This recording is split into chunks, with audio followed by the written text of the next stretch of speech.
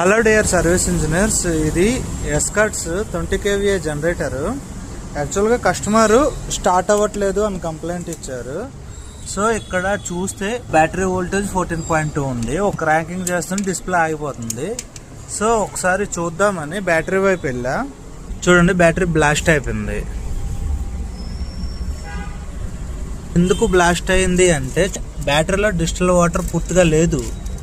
So charger దీనికి ఉంది, over temperature వచ్చి బ్యాటరీ బ్లాస్ట్ అయిపోయింది.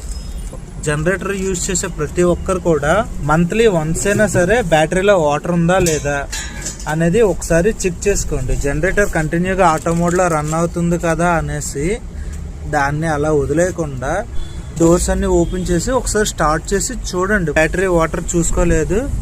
సో ఇప్పుడు బ్యాటరీని మరి ఏం చేయలేం, కొత్త బ్యాటరీ రీప్లేస్ చేసుకోవాల్సిందే. సో ఇలాంటి టిప్స్ కోసం ఫాలో అవ్వండి.